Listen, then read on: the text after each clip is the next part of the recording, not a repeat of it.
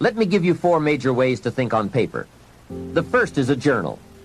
I spend a lot of time talking about journals in my lectures and programs, primarily because it is such an invaluable tool for the serious student of the better life.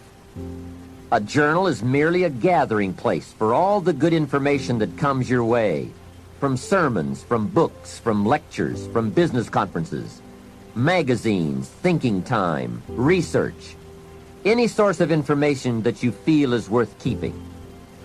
Don't let the good ideas of life escape you. Remember, most good ideas usually only come by once. Get into the habit of capturing them with pen and paper by making daily use of your journal. Now maybe you won't write in it every day, but at least make sure it's with you every day. Here's the second way to think on paper, a projects book. This is simply a ring binder with tabs in it to help you keep track of all the current people and projects you are involved with and need to work on to make all the parts of your life work to the maximum. If you are working with people, give them each a tab in your projects book. Then under this tab, you keep a running account of all the current information you need to know about that person. Performance, family, goals, strengths, needs, perhaps even some graphs showing recent progress or comparisons to past performance. Essentially, you make a note of all the information you need to know so that when you sit down to have a meeting with this person, you have all the pertinent facts there before you in order to have a meaningful and productive conversation. Without this habit, it's so easy to take up time talking with someone and get so very little accomplished because most of the meeting ends up by being devoted to bringing you up to date on the facts you could have already had in your projects book. Now, depending on your particular business or enterprise, you might want to have a tab for each office or each department or each ongoing project. On a more personal level, you might want to have a tab for each family member or for your personal projects, investments, finances, game plans, and so forth. It's just an effective way to keep all the key pieces of information readily available so you won't have to be continuously hunting through files and drawers for the data. It is the best way I know of to study your business and life projects. A projects book is a guideline for this study. We simply don't study files. They are for storing information. The projects book is for the daily or weekly summary accounting of all the pieces, like a financial statement of your business at the end of the month. In fact, that is one of the sections in your projects book. And another secret, with a guideline to study, it keeps you on good mental track. If you try to study your business and your life in your head, you will for sure miss something, miscalculate, or let your mind go undisciplined in those high thought areas where the ideas and plans and inspiration for fortune lie. It's the organized, better disciplined thought that produces abundance. Everyone is thinking, but mostly about how to get by. I'm asking you to develop these tools and disciplines to think about how to become wealthy and happy, powerful and influential, sophisticated and unique. Most people's standard is to pay their bills. So that's what most people find a way to do, even when economic times get tough. Most people, if that's their absolute standard, they find a way. Some people's standard is pay their bills most of the time. And so most of the time they do. Some people's standard is not just to pay their bills, but to take care of their family and maybe even some of their friends. And they find a way. In fact, you know, some people may be in a family where they don't have enough money. They barely have money to pay their bills. They work their guts out. And then somebody, their mother, their father, somebody else, their sister gets ill, and there's not enough money to take care of it. Nobody else has money in the family. They don't either, but they find a way to get that money to take care of their mother or father, don't they? And pay their bills. They never could do it before. Why? The situation made them raise their own standard. And not everybody does that. Somebody else in the family might have money and still not take care of their mother. Let's take a few minutes to talk about the importance of knowing yourself enough to be your best cheerleader. You know, when you thought you were doing what you were supposed to do and were misinformed, the times you thought you had it all laid out and it just didn't work, the times when you burned the midnight oil day after day and it didn't seem to help, It didn't seem to change the end result.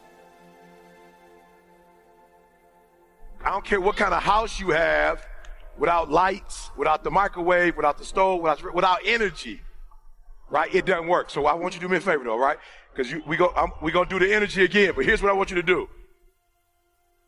I need you to understand what energy does. So when you're at 70% energy, you only produce at a 70% level. When you're at 90%, you produce at a different level. When you're at 120, you produce at another level. Now watch this, I got to share this with y'all so that you understand where it comes from.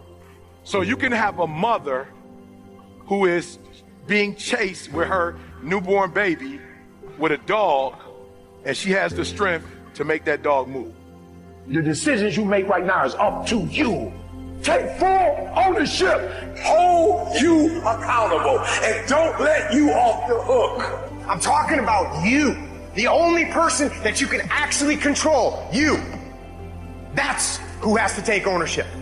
That's who has to step up, own everything, and lead. Get that goal, get that dream, and I'm just been telling you, drive it and drive it and drive it and drive it. What I've been talking about is consistency. There is no excuse for not living up to your fullest potential. No excuse. So I say that your life is worth finding what it is that you're supposed to do. And I'm not saying quit your job. I'm saying find it and do just a little bit of it. But do find out what your work is and hold on to it and don't let your dream go. Don't let it go. I am not phenomenally skilled, but I'm phenomenally willed. My IQ may never change, but my will changes every year. I get stronger and stronger and more determined. Why? Because it's in my DNA. Whatever we have right now, whatever we're demonstrating in our lives, is a result of what we believe subconsciously that we deserve. And part of increasing that belief level is that you have got to convince yourself every day. Let me share something with you. You can learn all the techniques in the world. If you don't believe in yourself, it won't happen for you. I need you to look at that sickness that's going on in your life right now, whatever it is. I want you to say, I can beat it. I can beat it. I will beat it. I must. I got a family to live for. I ain't through yet. My life ain't over yet. Things aren't going to go right. There are times when anything that can happen will happen. Life happens.